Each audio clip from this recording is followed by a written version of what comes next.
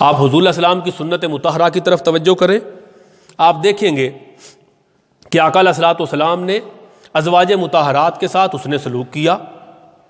آپ دیکھیں گے کہ جس معاشرے میں بیٹی کو زندہ درگور کرتے تھے، زندہ درگور کر دیا کرتے تھے، اس معاشرے کے اندر حضور صلی اللہ تعالی علیہ وسلم نے اپنی لخت جگر سیدہ فاطمہ الزہرا کا ادب، احترام اور تعظیم لوگوں کو سمجھانے کے لیے کر کے دکھایا۔ جب بیٹی میرے آقا کی تشریف لاتی، اللہ کے محبوب بیٹی کی آمد پر کھڑے ہو جایا کرتے۔ کوئی سوچ نہیں سکتا جس معاشرے میں بیٹی پیدا ہو اور اس بیٹی کے باپ کا قرآن کہتا ہے منہ کالا ہو جائے، وہ کہے اس سے بڑی بے عزتی میری کیا ہوگی، بیٹی پیدا ہو گئی، قرآن کہتا ہے اس کا منہ کالا ہو گیا۔ وہ سوچتا ہے اب اس کالے منہ کے ساتھ دنیا میں رہوں یا اس بچی کو قتل کر دوں۔ اس معاشرے کے اندر مصطفیٰ جان رحمت کی اگر بیٹی تشریف لاتی ہے، میرے آقا کھڑے ہو کے بیٹی کا استقبال کرتے ہیں۔ یہ بیٹی کو عزت کس نے دی؟ میرے مصطفیٰ جان کالی کملی اپنی بیٹی کے قدموں کے نیچے بچھاتے ہیں۔ یہ بیٹی کو عزت کس نے دی؟ دختر نیک اختر کو پیشانی پہ بوسہ دیتے ہیں۔ بیٹی کو یہ عزت کس نے دی؟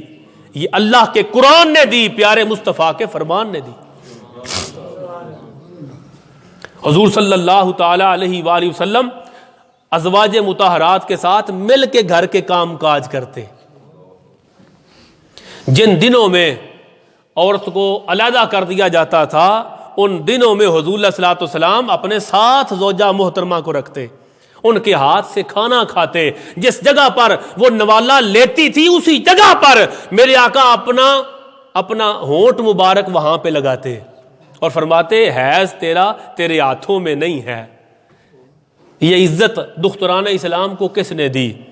مصطفیٰ جان رحمت صلی اللہ تعالی علیہ وآلہ وسلم نے دی۔ اور یہ بات بڑی سمجھنے والی ہے، حضور صلی اللہ تعالی علیہ وآلہ وسلم نے طلاق، انہوں نے لکھا کہ میں طلاق یافتہ ہوں تو میں خوش ہوں، میں طلاق یافتہ ہوں تو میں خوش ہوں۔ یہ یورپ سے پیسے لے کے، کافروں سے پیسے لے کے، این جی اوز بنا کر باوقار با حیا دختران اسلام کی عزتوں پہ آواز کسنے والی یہ کافروں کی ایجنٹ بیبیاں، اور وہ گنتی میں چند ہوں گی، 30 40 35، پھر وہ خباثت یہ بکے کہ ہم طلاق یافتہ ہیں اسی میں خوش ہیں۔ اور ایک کھسکا ہوا بابا وہ کہتا ہے کہ اصل میں عورتوں کے حقوق کا جو سب سے بڑا مسئلہ چل رہا ہے، عورتوں کو حق نہیں مل رہا، عورتوں پہ ظلم و ستم ہو رہا ہے، یہ جو عورتیں تشدد کا نشانہ ہیں، وہ بدبخت کہتا ہے اس کی وجہ فقط نکاح ہے۔ اور وہ کہتا ہے یہ نکاح تو انگریزوں نے شروع کیا، نکاح کی تو وہ کہتا ہے ضرورت ہی کوئی نہیں۔ یہ بد نصیب اسلامی معاشرے کو کس طرف لے کے جا رہے ہیں؟